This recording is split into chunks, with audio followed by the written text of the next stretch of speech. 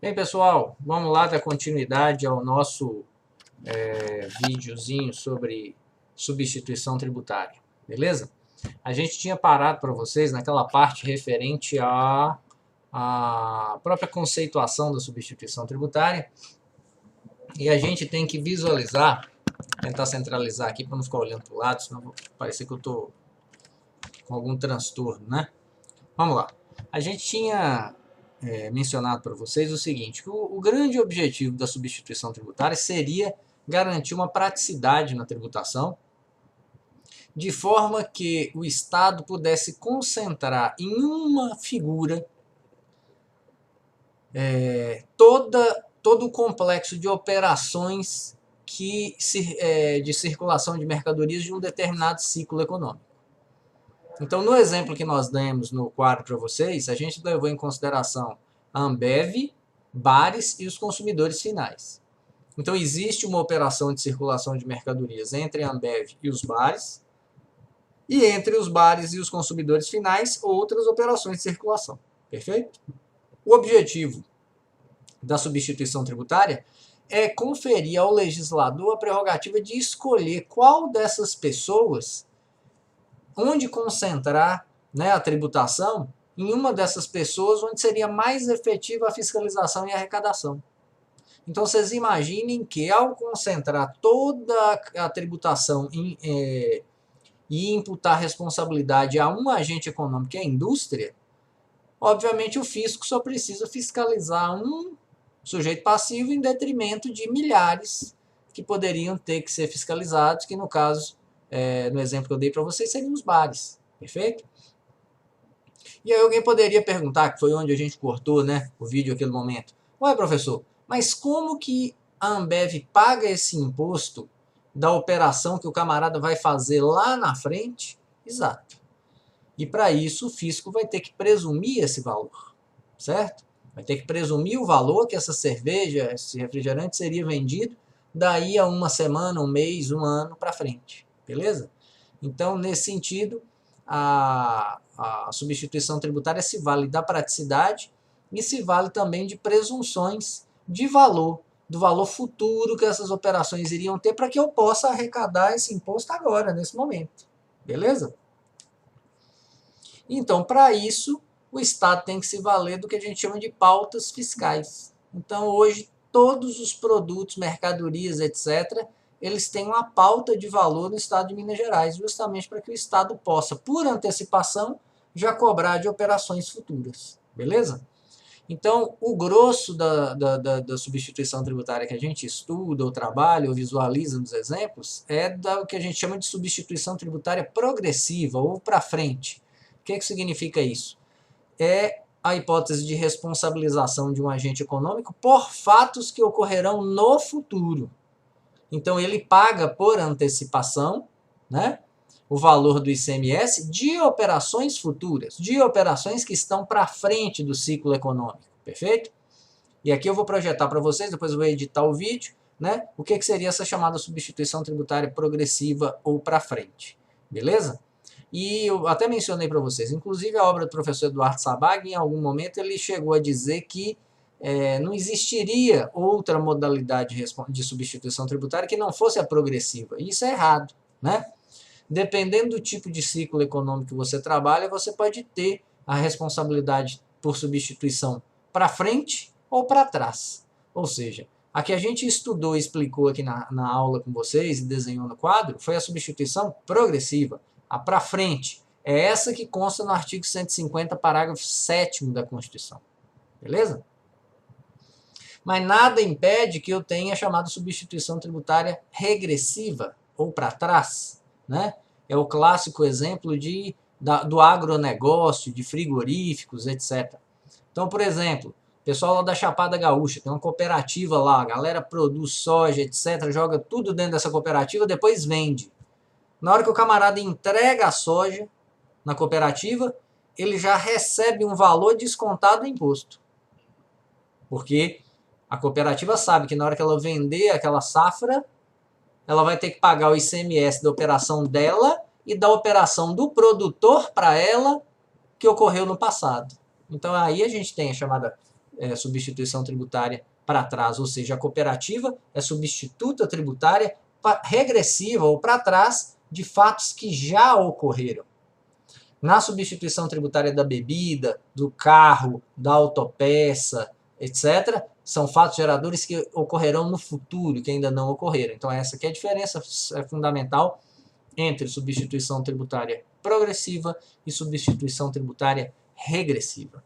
Beleza? Agronegócio, frigoríficos, soja, grãos, laticínios, etc., todos são submetidos à substituição tributária para trás. Autopeças, medicamentos, etc., vestuário, substituição tributária para frente ou para o futuro.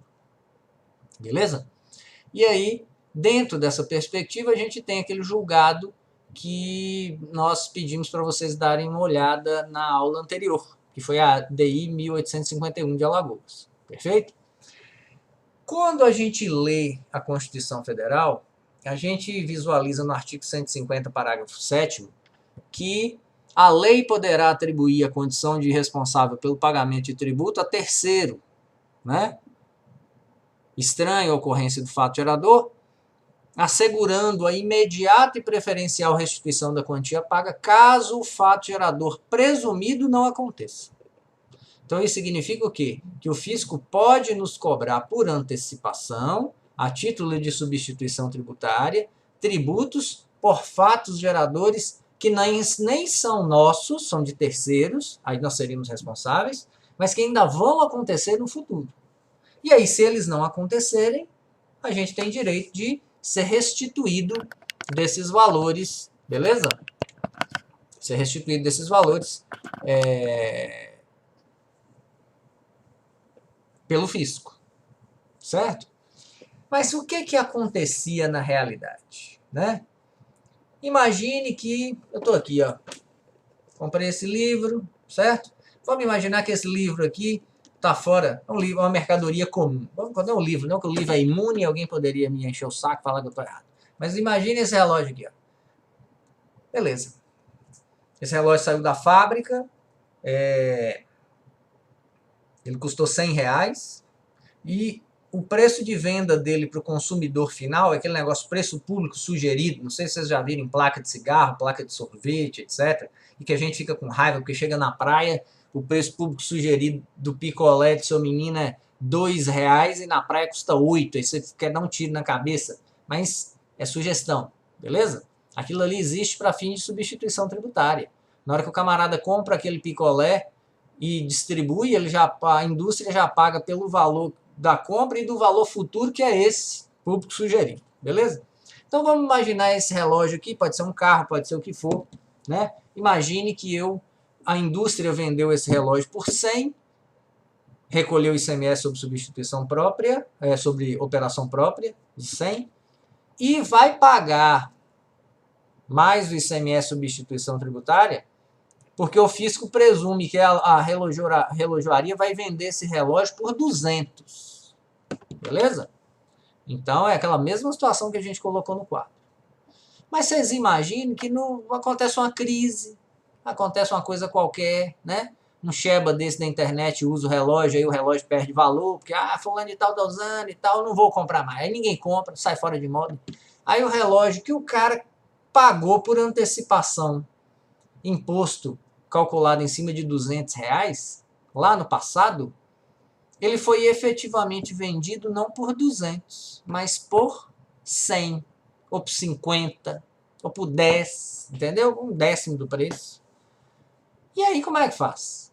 Eu paguei o ICMS sobre o valor cheio, presumido pelo fisco, de 200.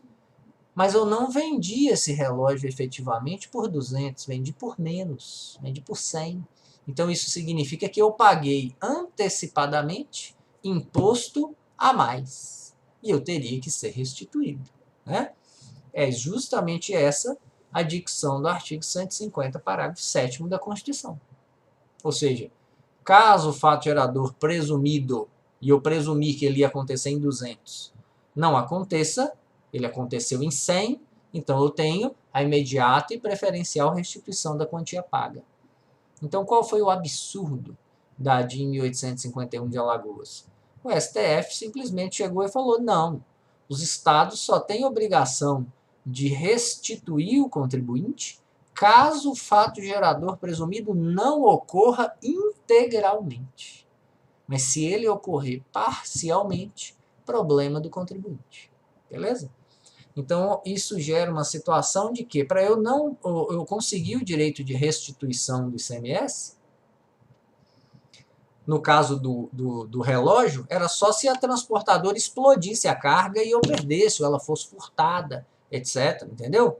Ou seja, não ocorresse o fato gerador futuro. Mas se ele ocorrer a menor, eu não tenho direito de ser compensado por esse valor da venda que eu fiz no futuro, que é um absurdo e gera enriquecimento sem causa do Estado. Beleza? E aí, mais recentemente, a DIN 1851 de Alagoas começou a ser revista e aí ela perdeu o seu objeto. Perdeu o seu objeto, não. Aí esse absurdo, essa inconstitucionalidade do julgado passou a ser atenuada. Então, hoje a gente teria condição de se restituir ou de se ressarcir, ainda que proporcionalmente, né, pelos valores não realizados de fato gerador. Então, na realidade, o que a substituição tributária permite é que o Estado cobre impostos antes da ocorrência do fato gerador e já se aproprie desses valores para serem utilizados aí normalmente em suas atividades. Beleza?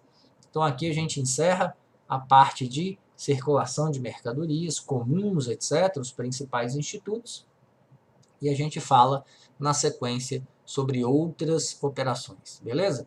Quando a internet melhorar, a gente tiver uma condição, a gente trata disso. Eu vou lançar para vocês uma pequena atividade de fixação sobre substituição tributária, e aí na próxima aula a gente se vê, beleza? Espero que tudo esteja melhor e o sinal de internet melhore um pouco. Aquele abraço, tudo de bom.